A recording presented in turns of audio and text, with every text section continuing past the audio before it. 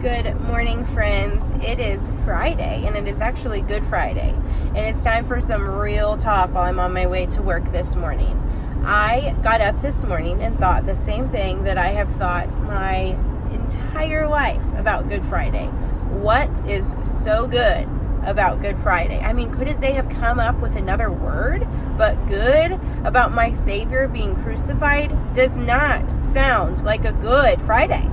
Like a Good Friday to me sounds like, I don't know, relaxing with a cup of coffee at the beach. That sounds like a Good Friday.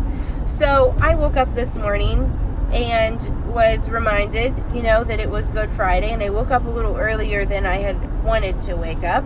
Well, I'm not necessarily wanted to wake up, but I woke up, headed on into my job at the hospital, but our census was low, so I was mandated off this morning. But you know what? That allowed me to have some time to sneak away into the corner and read my word this morning. So I was reading in Matthew, and I was going back over the account of what really happened on this good day back in the day. So I was reading and refreshing my memory and paying attention to the little details about Christ's betrayal and even Peter denying him. And I was reading through all of that, and I continued to think in my mind, this does not sound like a Good Friday.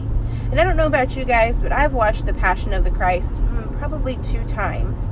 And really, I don't really want to watch it anymore. Like a 3rd time or a 4th time. I feel like those images of Christ being crucified, him being beaten, him being betrayed, are so ingrained in my mind that I can play the movie right up here without having to watch it with my eyes anymore.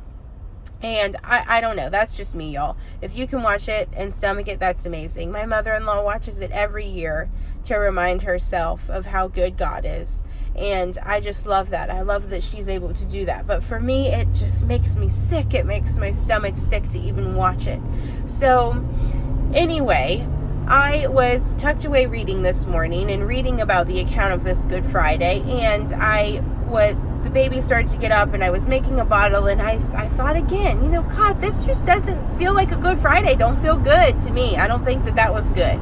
And he whispered something so sweet to me, and it was so true. He said, Crystal, nothing feels good about a sacrifice.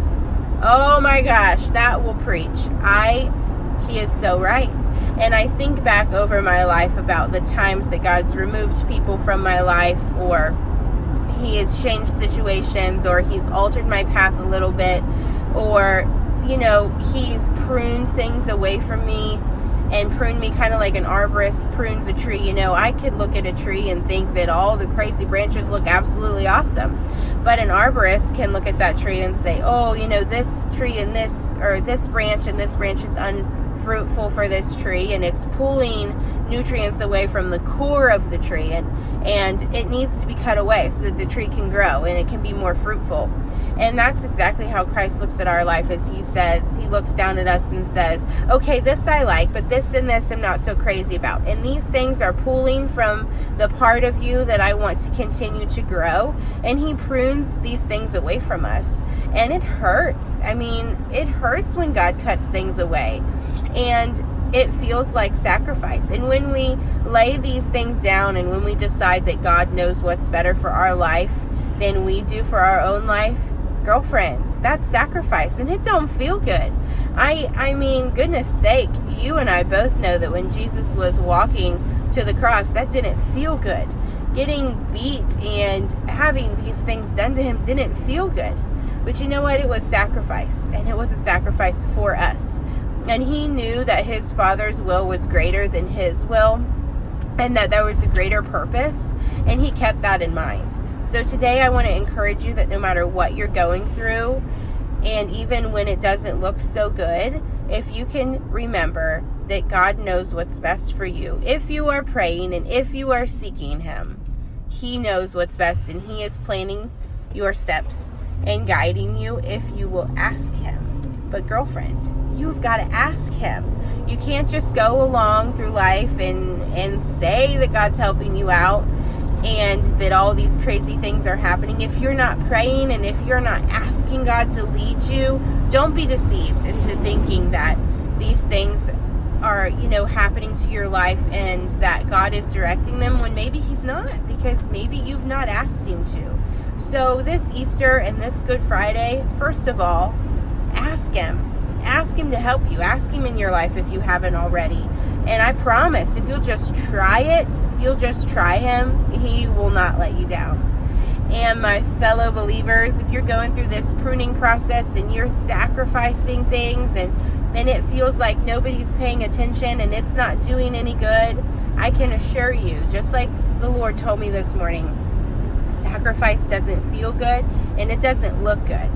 But God knows what he's doing. And the best part about Good Friday is that Sunday is coming. The Christ came back. He rose from the dead. He resurrected. He whooped the enemy's butt during those 3 days. And he came back with all power and authority over everything. So Friday didn't look so good. But the fact that Sunday was coming made it a good Friday.